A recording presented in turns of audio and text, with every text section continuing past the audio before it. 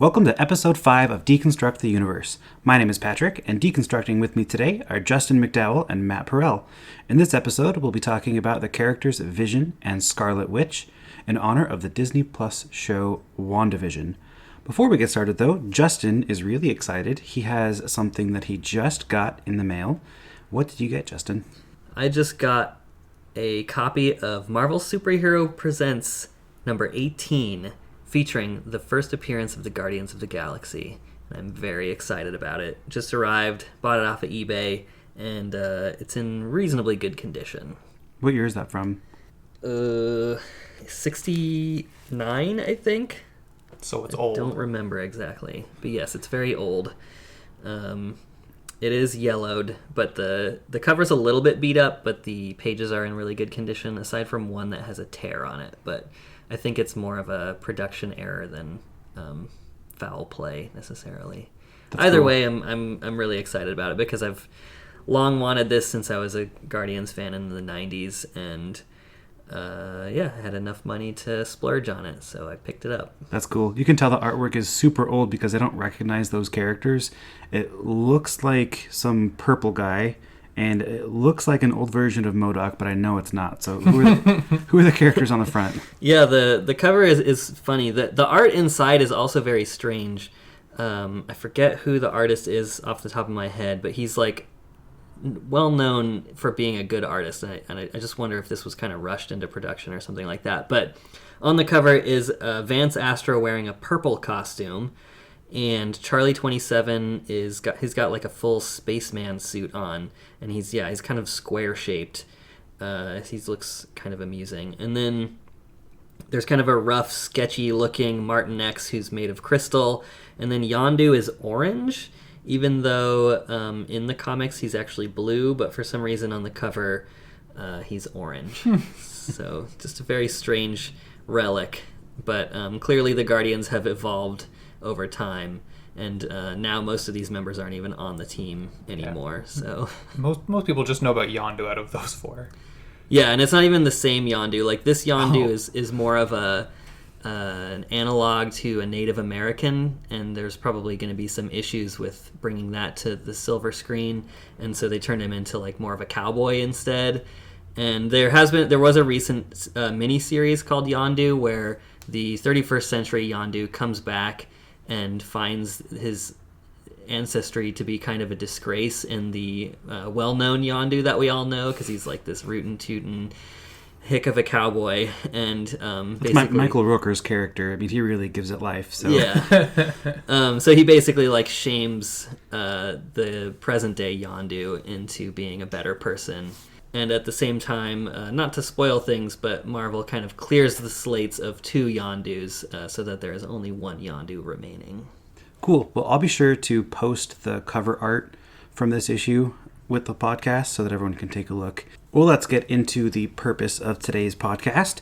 We'll be talking about Wanda and Vision. We have seen the first 4 episodes of WandaVision at the time of this recording, so we're very excited to dig into these characters and see where they come from. The first one we'll be talking about today is Vision. We have a couple of different Vision cards from the MCU and from the Illustrated Universe. The one we'll be focusing on today is the one from the Defenders set. It's Vision, card number DEF019. The team affiliation is Defenders.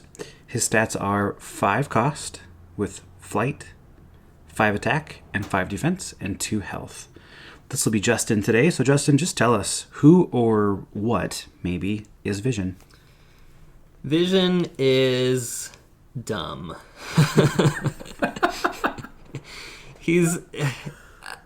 Every time I think about this character, he's just so strange. I kind of don't understand how he is as popular as he is to this day. First off, he's red, and he wears a green and yellow costume, and this is like the worst combination of colors ever.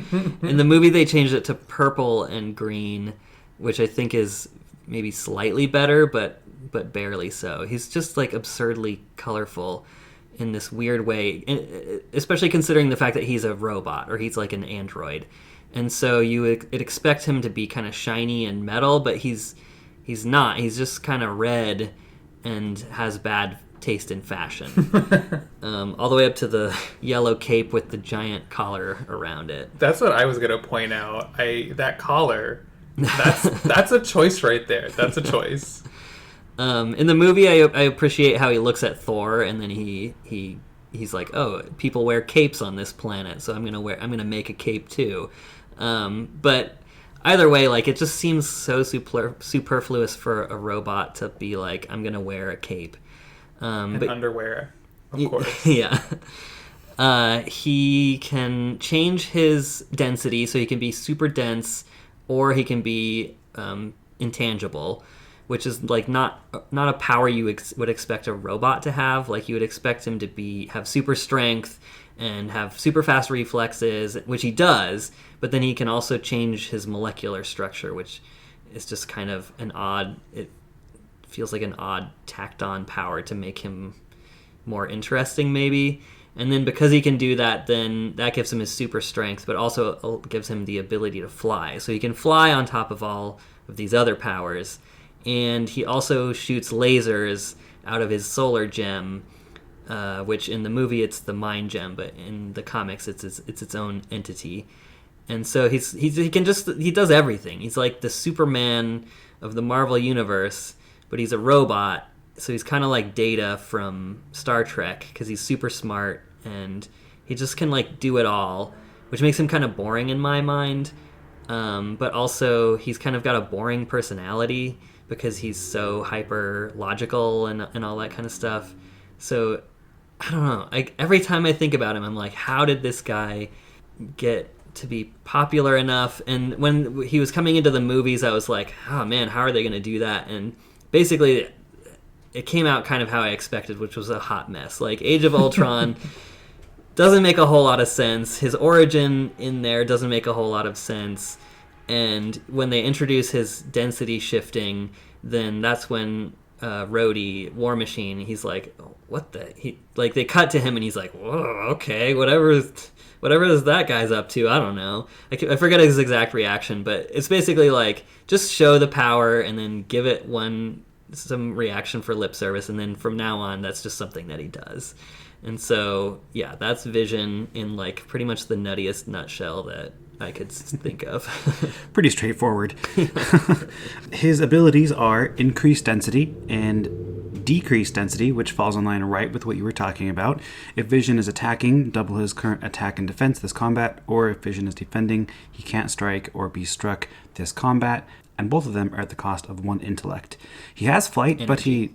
Damn it. I said it in my head, and I didn't say it out loud.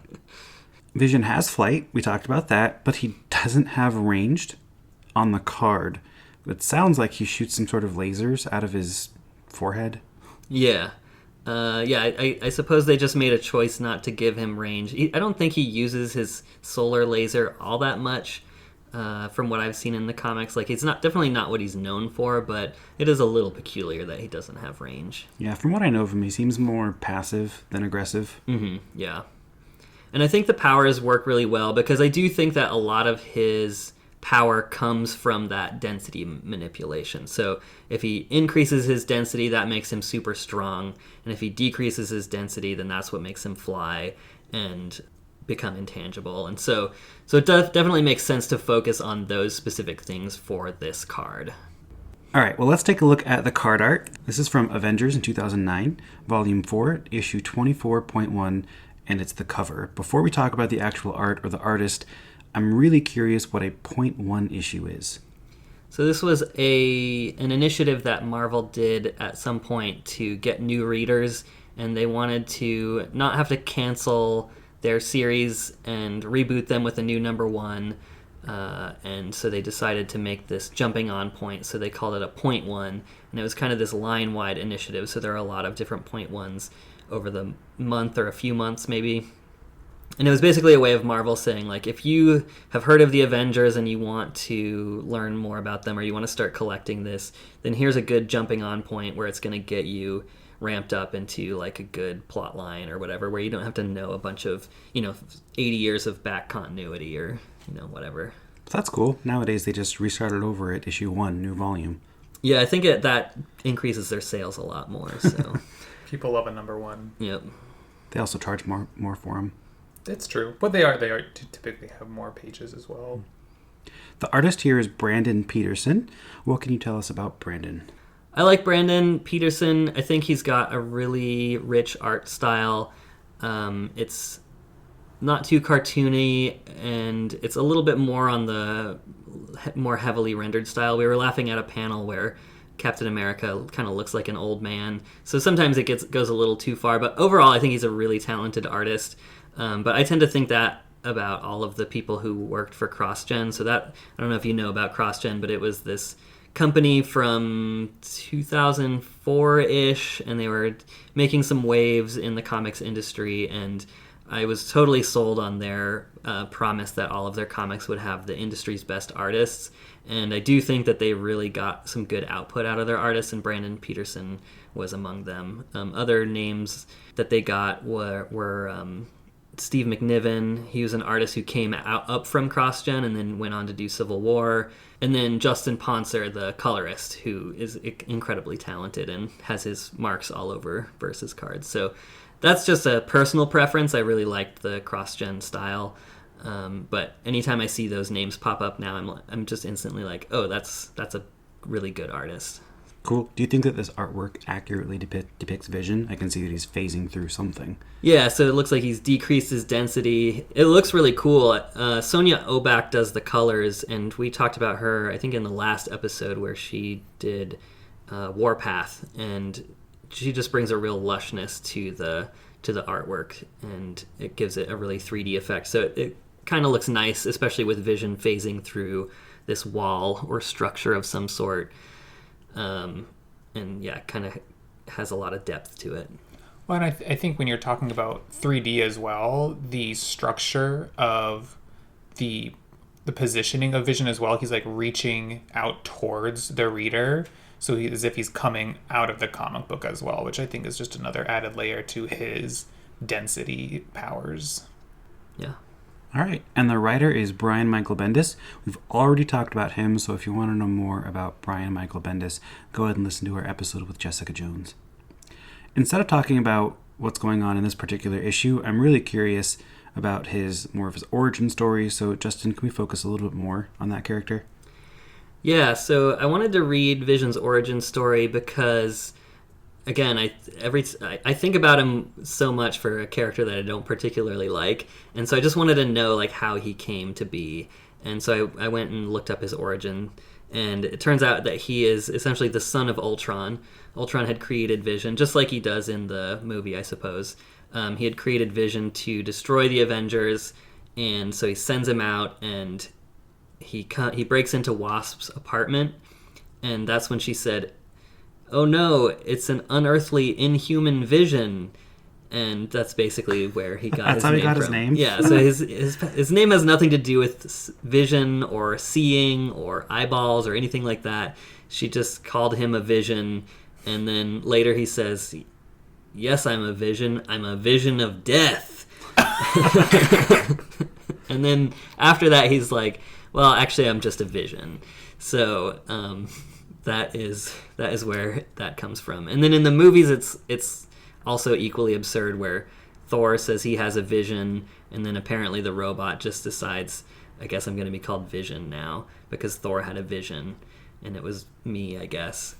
And back to like how they did that in the comics, I have to wonder, did this artist think, I'm going to call him Vision, or was like he showed the artist showed it to someone else, and they were like, well, that's a Vision, and they were like, oh, that would be a great name, and so they just take their dialogue and put it in the book, because how does that come about? That's very interesting. Yeah, it's funny that you asked that, because it comes from another character from the Golden Age who is called Vision, who looks similar to this Vision but is not an android.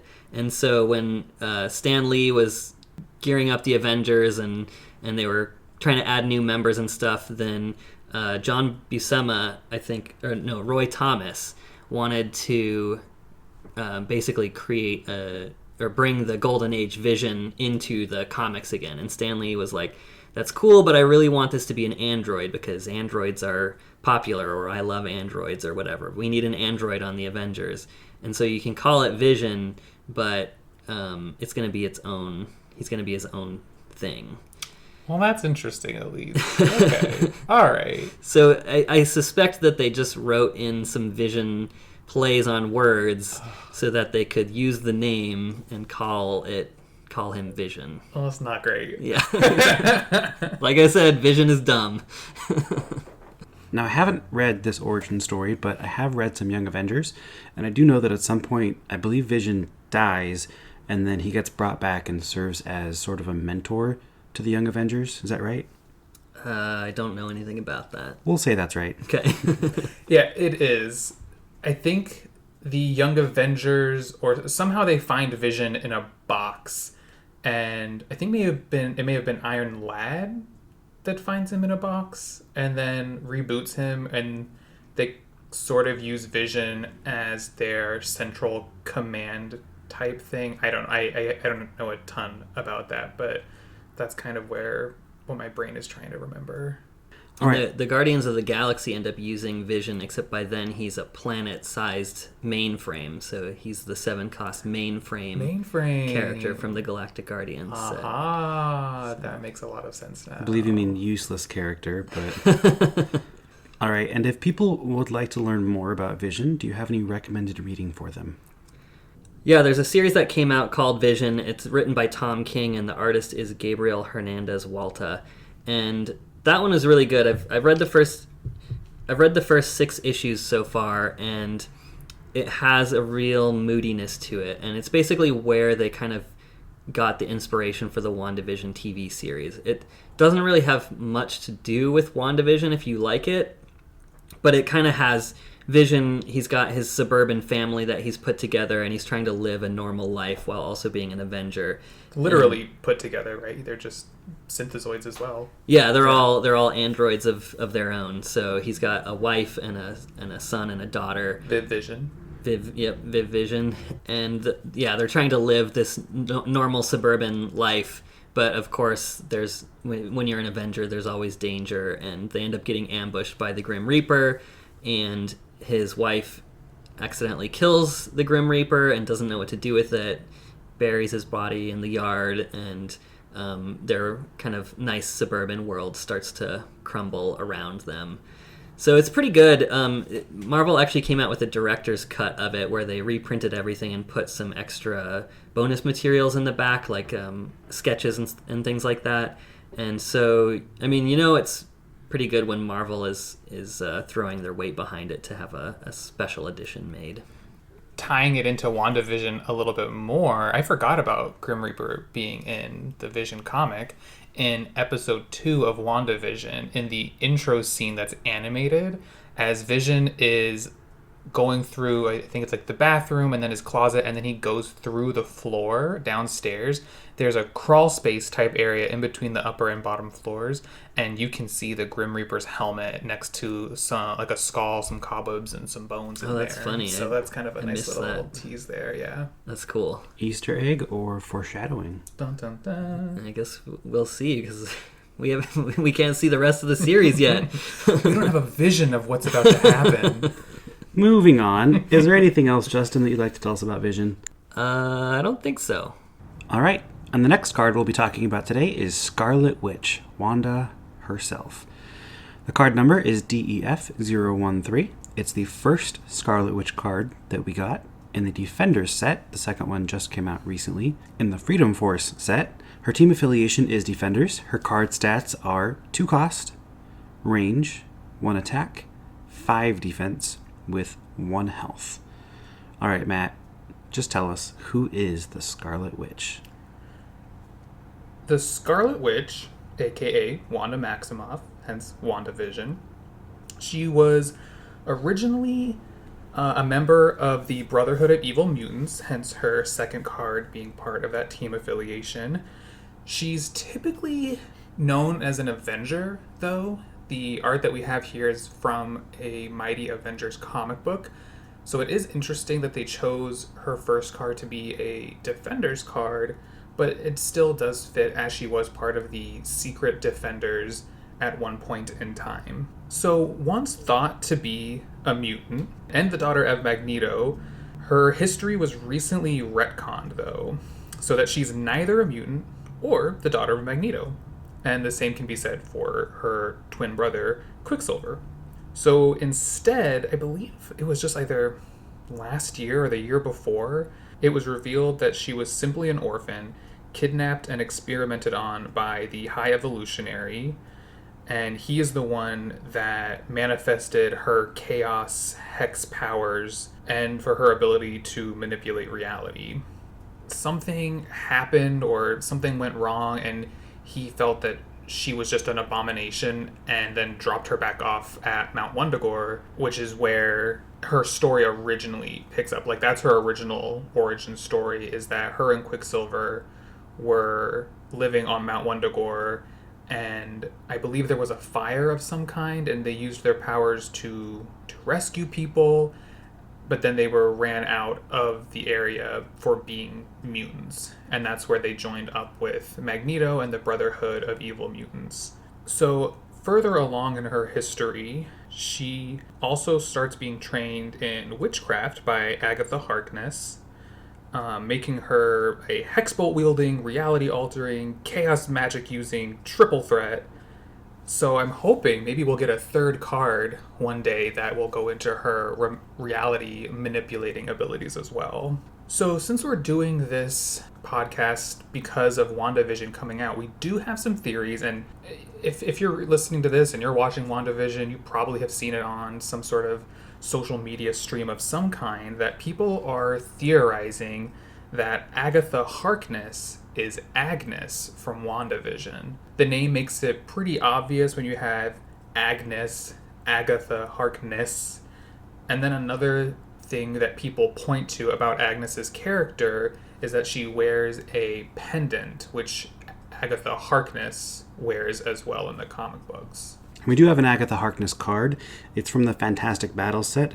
It's FAN013, and you can see her magic powers, and you can kind of see the pendant on the card as well. Yeah. So that's kind of the nutshell of Scarlet Witch. She has a lot more going on with her, though. She was created in 1964, debuting in X-Men #4, so she's had quite a long history. Some highlights was that she was in a relationship with Vision. She used her magic to create her and Vision's children, Wiccan and Speedy.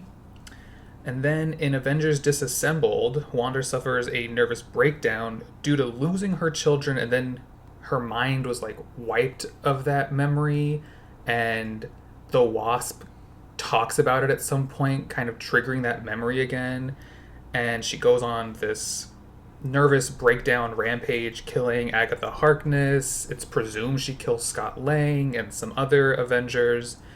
And I believe this was all retconned in Original Sin, where they talk about Doctor Doom was actually mind controlling her. So Marvel has a history of doing this, where a hero goes off the rails, they kill people, but then a writer of some kind wants to bring them back and make them a hero again, but they can't make them a hero if they've done something awful, so they have to do something to make it so that it really wasn't that character's fault. If you look back to Jean Grey and Dark Phoenix, the only way that they were allowed to bring Jean Grey back was by retconning it so that Dark Phoenix was her own entity, was like a copy of Jean Grey, so that when she destroyed that alien world, it wasn't really Jean Grey that did it, it was the Phoenix Force, it was Dark Phoenix. So by bringing that storyline in, they could have Jean Grey come back and be a hero again. And that's kind of what it feels like they did with Scarlet Witch here. Now, I know that in comics, a lot of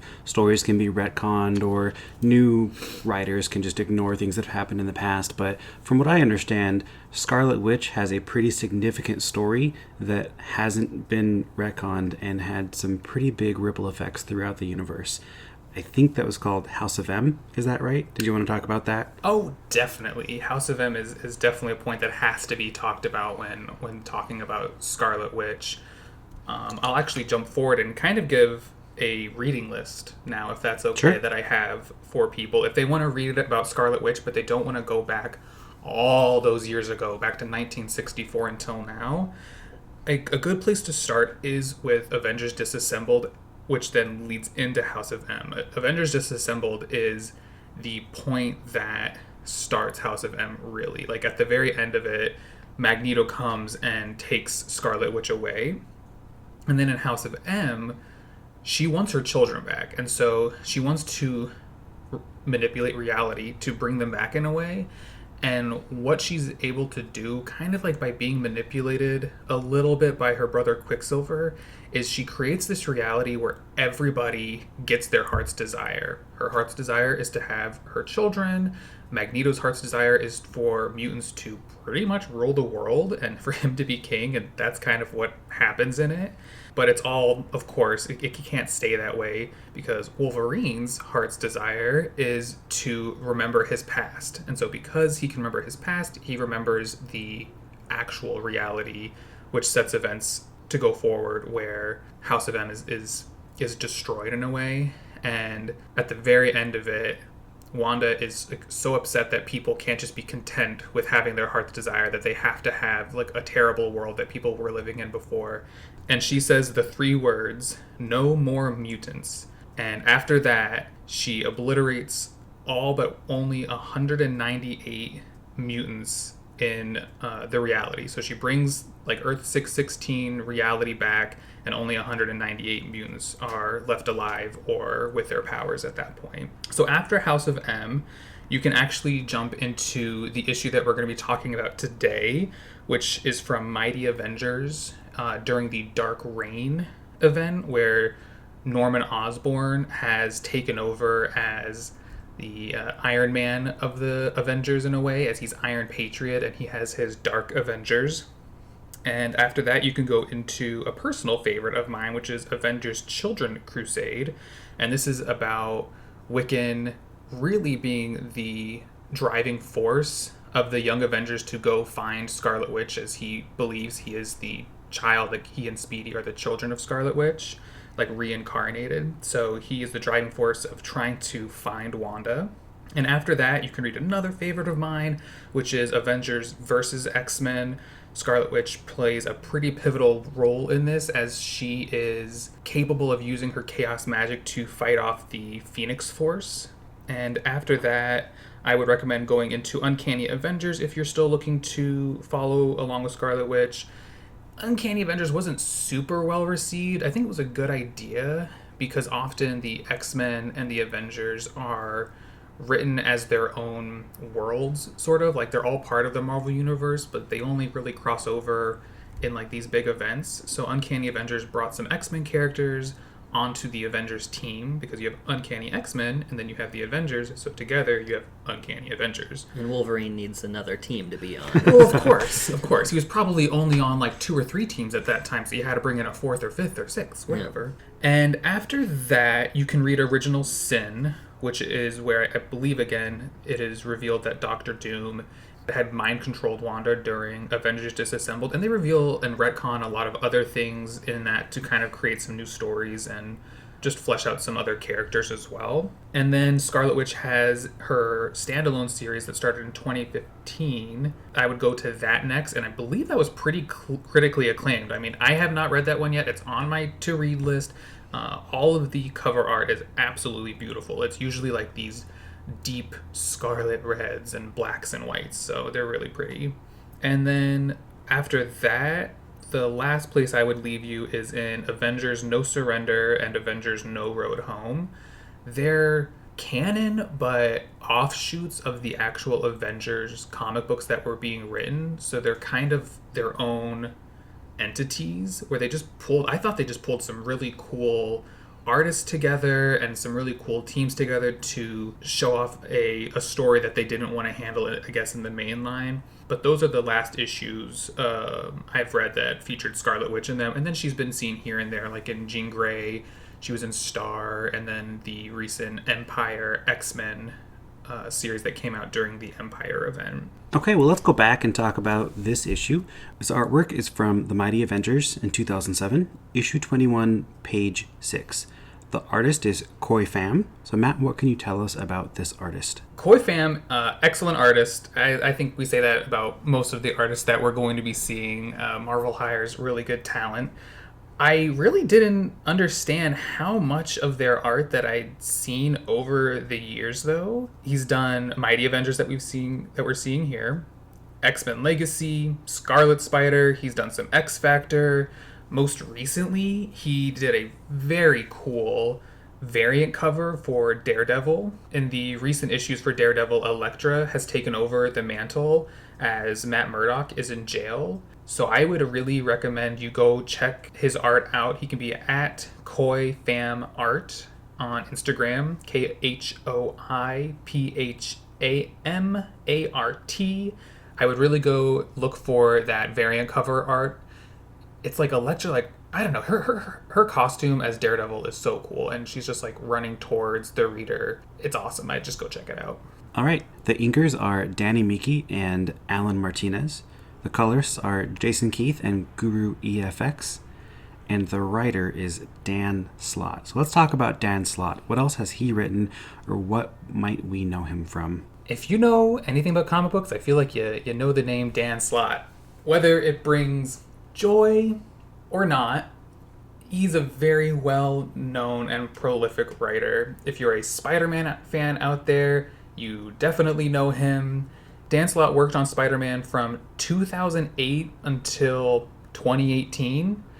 That was on the Amazing Spider-Man run. He took a couple years off to write Superior Spider-Man because at that point Doc Ock had taken over Peter Parker's body, and so Doc Ock was running around as the Superior Spider-Man. But then, of course, Peter Parker's consciousness comes back into his body, and The Amazing Spider-Man kicks off again in 2014. And that's one of the points that I'm talking about where people can really hate Dan Slott or really love him for that.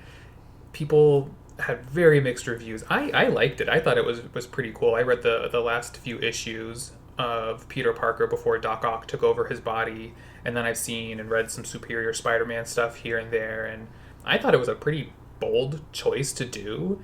I really like Doc Ock as well, and as the Superior Spider-Man, he's pretty much boasting that he is going to be the best Spider-Man and better than Peter Parker as Spider-Man, so he's actually like doing good. He's not trying to be an evil menace anymore. So it was really interesting to see him still be Doc Ock, even though he's being good. I thought it was really well written in those ways, and a lot of people didn't care for that. And currently, Dan Slott is working on the Fantastic Four. Yes, he is. Dan Slott does get mixed reviews. Some people are very upset with him.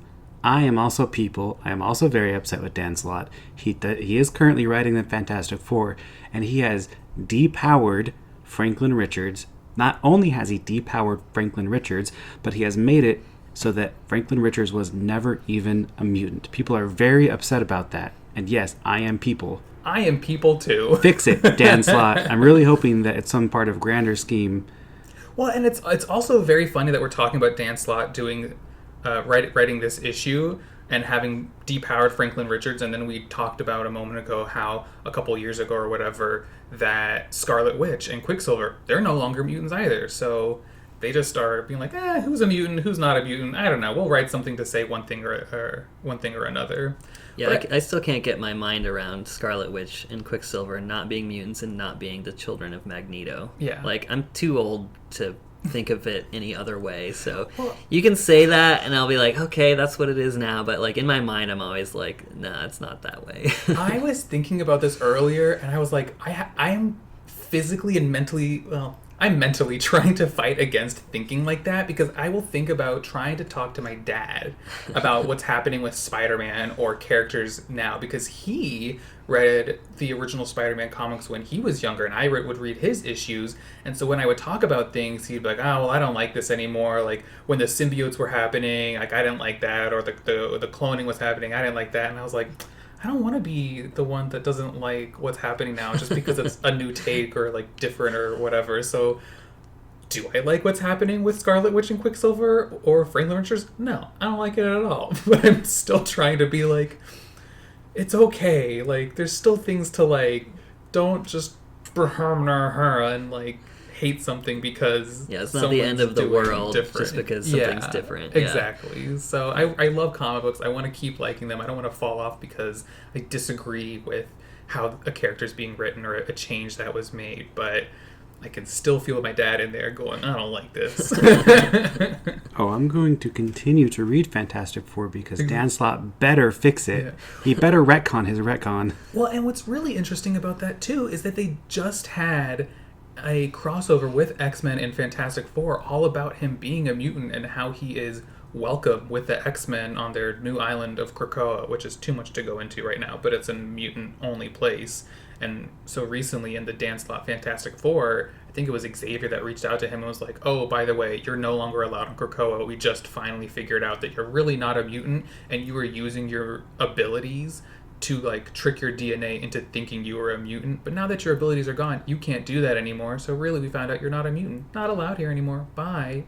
I hated it. And then this is a tangent, but they've just decided that Gwenpool is a mutant. And so I didn't know that. Yeah, and so they took this like really interesting origin where she like came from our world and she read all the Marvel comics and so she knew everyone's secret identities and stuff like that. And it's like something that was really interesting and now she's just a mutant. So she like it's like the So I hate to say it, Matt, but the most boring origin story ever is, I'm suddenly a mutant, and that's what gives me my powers. I agree. I can agree. Origin stories for mutants, they're not great. It's just like, I hit adolescence, and I'm emotionally unstable, so I go power, pew, pew. Anyway, that's my complaint, and it's a total tangent from what we're talking about. So, I think we've had some good tangents here. It's okay. Okay, well, let's bring it back, and let's talk about Dan Slott a little bit more. He wrote this story in particular. So what's going on in this story? I see that Scarlet Witch is flying, and we've got Vision, and I think that looks like Cassie Lang that Vision is holding. What's going on here? Well, you are correct. That is Cassie Lang in the arms of Vision, who she is dating currently in this series, which, what? I mean, I guess he's a robot, so, like, there's not really an age difference.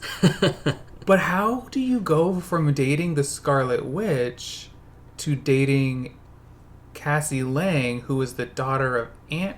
I don't know. This seems really weird. I didn't care for that. It was very strange. So that's one piece that is happening here.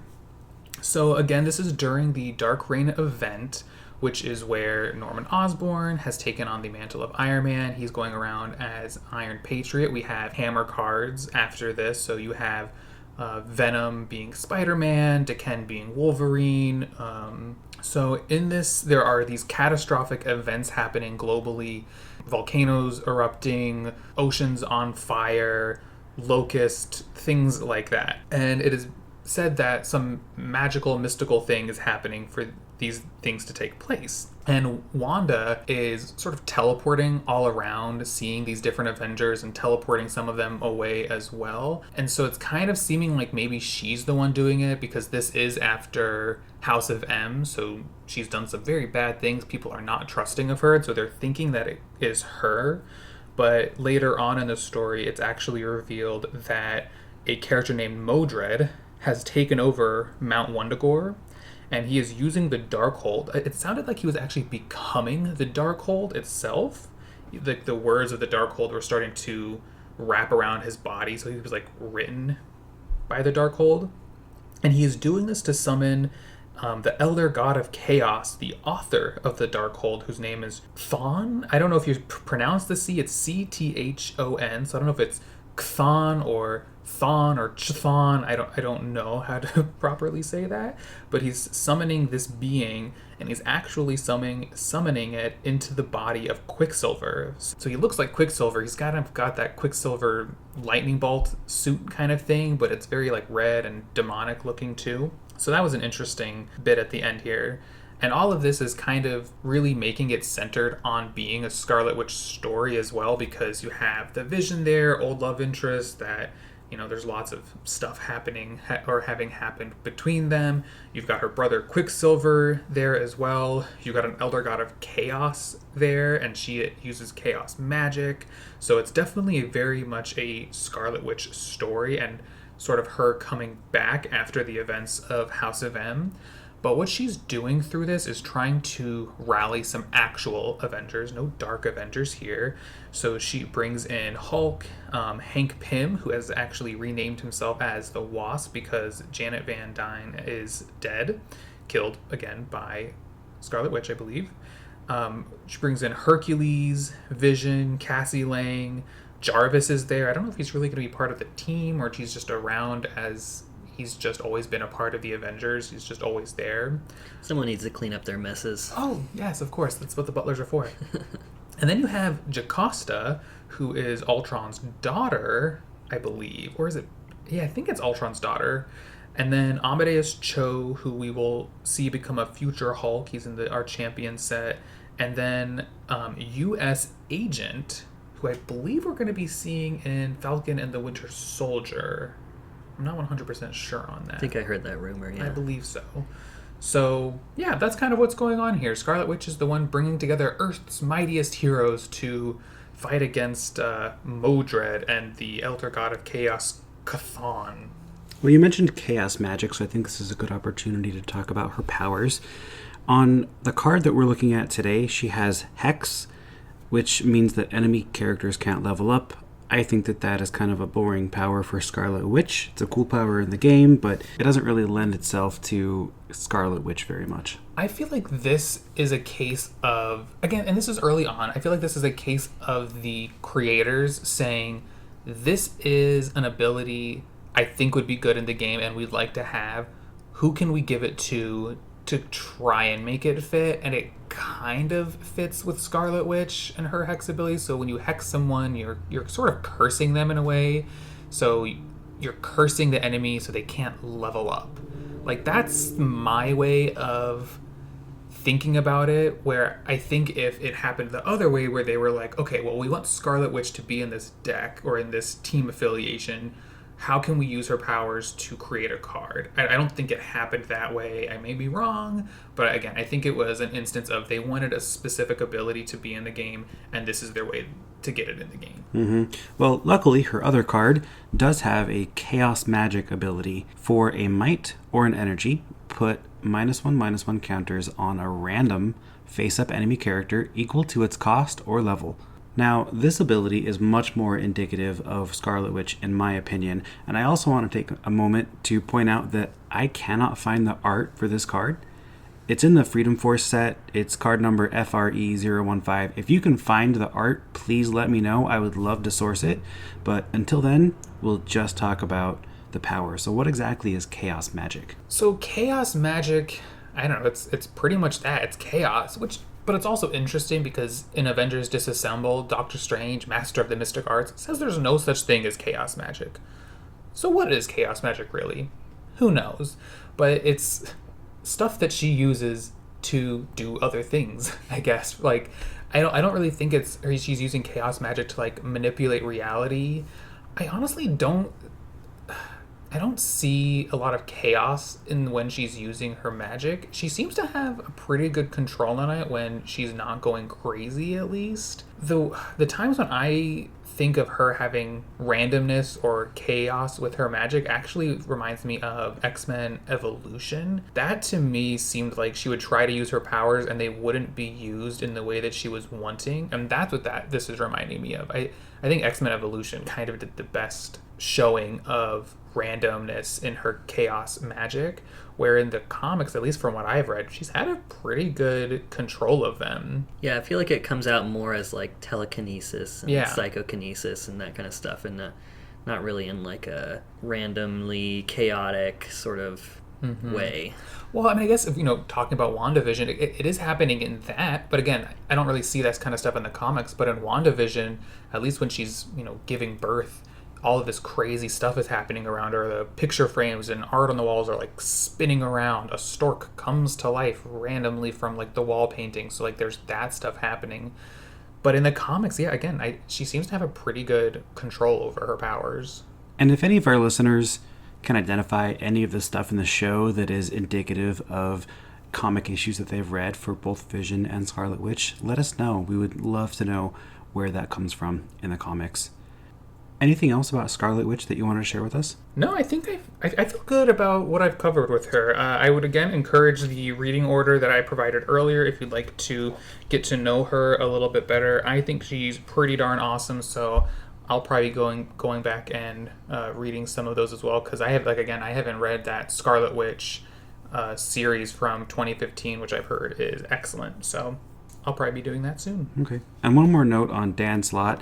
I know that you said that he's written a lot. He's actually written the source material for no less than 17 different Versus cards. Oh, wow. Well, okay then. Most of them spider cards, but Yep. yeah, Okay. there That are a sounds lot. about right. All right, well, that's all we have for today. I'd like to give a shout out to our patrons, Mr. Ben, Ty, and Katie. If you like what you heard today and want more, head on over to patreon.com and sign up as a patron to show us some love. Thanks for joining us, and be sure to follow us on Facebook, Twitter, and Instagram by searching Deconstruct VS. Until next time, go read some comics.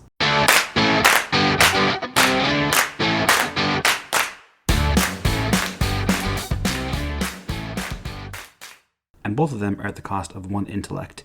He has flight, but he... Damn it.